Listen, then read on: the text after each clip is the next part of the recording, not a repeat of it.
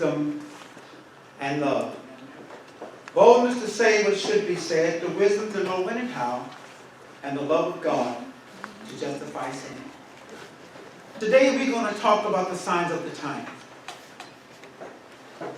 which is absolutely necessary to talk about the signs of the times. Let's look at signs for a moment. Why are signs given?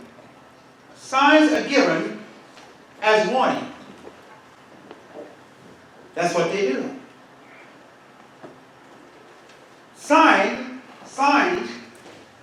let's think of regulatory signs on the highway. Regulatory signs on the highway are given for one reason: for the safety of motorists, to warn them of things that they should know. For example, a curve sign. It warns you that you're entering into a curve, and it specifies your speed limit to prevent you from having an accident. If you violate those things, sometimes you suffer grave consequences. What am I getting at? God has signs. God gives signs of His coming. He gives specific signs to look out for when He is about to return to this earth. What amazes me is that the signs are being ignored. The signs are being ignored. Ladies and gentlemen, if you follow the signs, if you really don't know where you're going, if you were traveling to New York City and you didn't have a map as to how to get there, did you know if you follow the signs of men, you would eventually get to New York City if you follow the signs? But if you find to follow the signs of man, and you will come to your destination, safely that is, don't you know that the signs of God are greater and more profound than the signs of men? Ladies and gentlemen, there are physical signs that govern us, and there are spiritual signs that God gives to govern us. You violate those signs, and you will run into trouble. For example, just in California a few weeks ago, there was an automobile that went out of control and they killed something like four or five people. And they found later that the guy was he was speeding in a curve and lost control because he tried to negotiate the curve when it was only designed to go so fast. Let's talk about the signs of the time that comes spiritually. I'm going to read from the scriptures, and I'm going to let you decide if we are really having signs from God that we are coming closely to the end. My question is this, is why those people who are supposed to be warning people of these signs are not doing it. If you're not warning people of danger, of the signs, why aren't you doing it? Well, either you don't see the things that are coming, you are blinded, or you don't care. When God gives the signs of the time, as we approach in this end time, I don't understand why those who are supposed to be leading the people and keeping them safe aren't talking about the signs that God are revealing to us. Only one question remains, one answer remains. You don't see it. You see, you can see the signs, physical signs, by the physical eyes. But you can only see the signs of the Spirit through spiritual eyes. If your spiritual eyes are not open, you don't see the things that God revealed to you. You can't. Because your spiritual eyes are not open. We are living today what the prophets told us was coming, centuries before it happened. Why? They give the signs because their spiritual eyes saw these signs that we're seeing today. Why aren't they giving the signs? Why aren't the people warning the people of the things that are coming, that God said was coming? Plain and simple, cut and dry. Your spiritual eyes are not open. Now the question is, if you're responsible for revealing these things to the people, why aren't your eyes open? Why God not open your eyes as He has opened my eyes? Well, it's plain and simple. God said He revealed His secrets to His servant. If you're not a servant of the Lord, He's not going to reveal it to you. Amen. Amen to that. Let's take a look at the scriptures and let's talk about a few signs here, and I'm going to move right along. We're going to first look at what God said in Genesis, the 5th chapter, as we talk about signs of the times. Genesis 5. Genesis 5.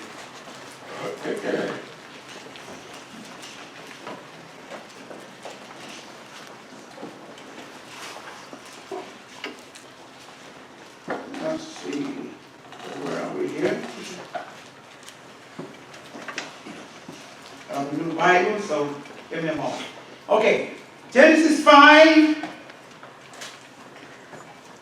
and we're going to look at 5. God said, and God saw that the wickedness of man was great in the earth. 5:5. God saw that the wickedness of man was great in the earth. Am I right here? Okay, hold me up. Hold me up. Hold me up. Stay with me. 5. I said 5 what? 5. Wait a minute. I'm on 6:5. I'm sorry. I apologize. 6:5. It's my glasses. Genesis 6:5. And God saw that the wickedness of man was great in the earth, and that every imagination of the thoughts of his heart was only evil continually.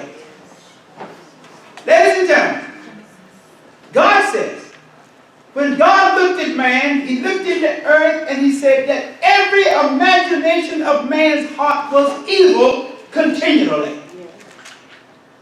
Think of that. All their thoughts were evil. Can we see that today? Yeah. Huh? Can we see that today? Yes. Is there a sign here to be noticeable? Yes. All the evil, all their thoughts are evil continually. It seems that no one is thinking godly anymore. No one is thinking good anymore. There isn't any more good news. And when you go to the place where there's supposed to be good news, they are talking about earthly things. So God is saying, I have no one thinking about me at all. What is left for me to do? God has been disconnected. God has been thrown under the bus, so to speak. Look what He says in 6. It was so bad that God said, and it repented the Lord that He had made man on the earth.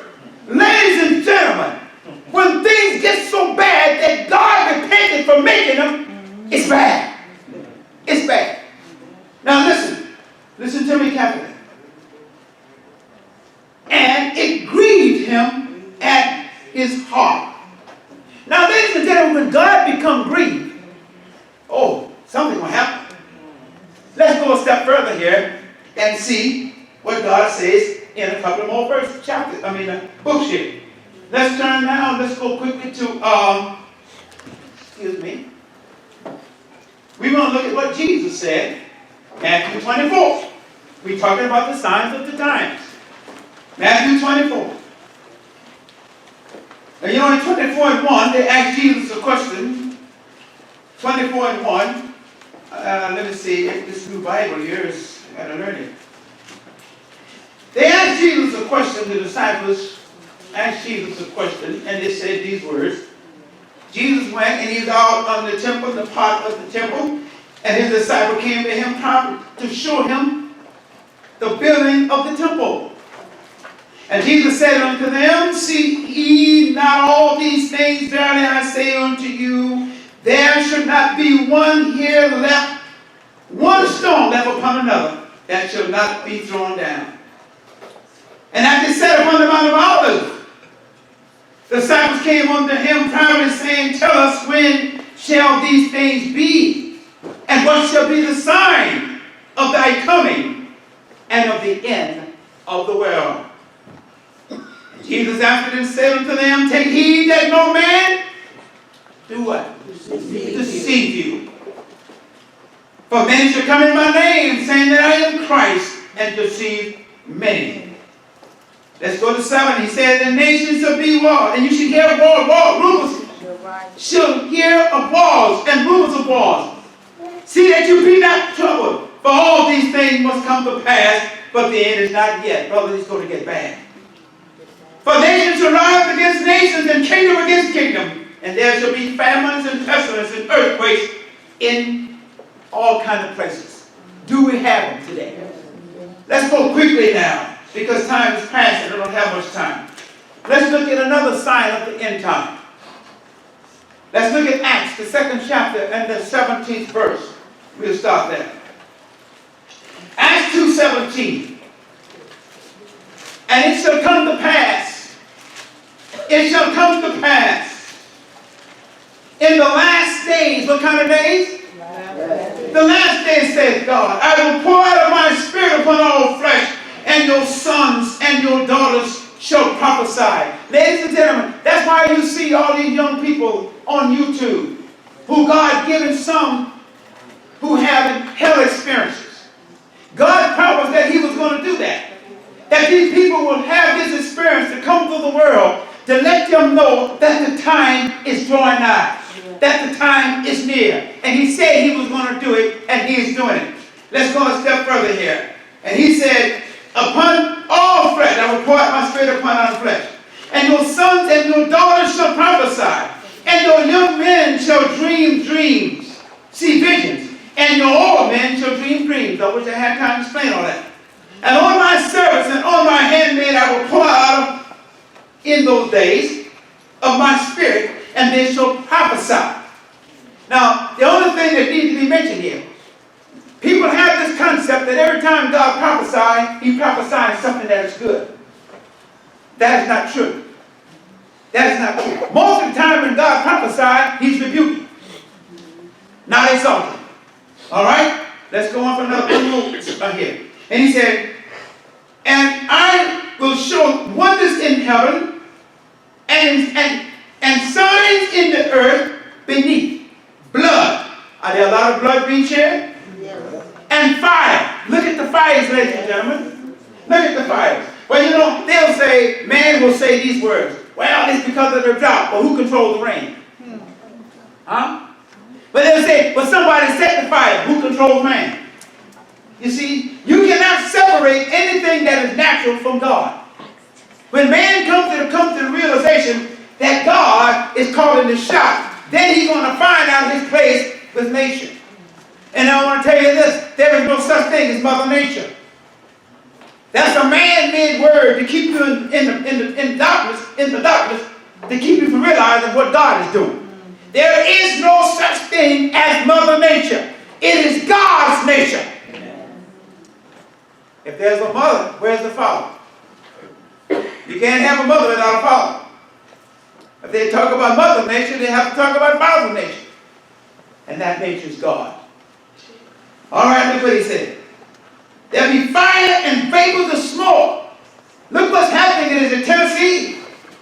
Huh? Look at the earthquakes we're having. Jesus said that the sea is going to be roaring. The storms and the hails and the earthquakes and the violence. There are many more that say that the earth was filled with violence during the days of Noah. Jesus said, as it was in the days of Noah, that's exactly the way it's going to be when he comes back. In the days of Noah, they were doing what? Eating and drinking and marrying and giving in marriage until the day Noah entered the ark. And God came and wiped them out. Ladies and gentlemen, signs are designed for safety. Signs are designed for warning. God given the warning all over the world that the return of the Lord to judge this world for sins is imminent. It's at hand. Why preachers don't want to talk about it because they'll be saying something that people doesn't like. They'll be saying something that people don't want to hear. You can't work for God and going around putting up your spiritual flag to see which way the wind blowing the hottest, and then you lean in that direction. When you lean in the direction of men, God goes in the opposite direction. When you lean with God, He'll be right there with you. Ladies and gentlemen, here you got for Christ. We don't put up our spiritual flag to see how many agree with us. We don't even have a flag. The only thing we respond to is what we know is coming from God. And that is to stay into God's lane, to rebuke when you should, when you need to rebuke. And you need to do rebuking much more than you need to do exhorting. Because the spirit of man, the flesh of man, is always want to sin. Are you hearing me? Are you hearing me? The signs of the time, they are here. But what we need someone that God revealing these things to. Their spiritual eyes has to be open. As God has opened my eyes. And when God opens your eyes to reveal what's going on, you do not fear men. You fear God greater than men. And that's what's going on with the churches, ladies and gentlemen. They fear men more than they fear God. And when you fear men more than you fear God, guess who you're going to yield to? Come on, church. You're going to yield to men. But when you fear God more than men, you will say what God would have you to say. And I say amen. If you like this message, give me a thumbs up. Subscribe. Until next time, this is Pastor Granderson Wright. Jesus and I approve this message.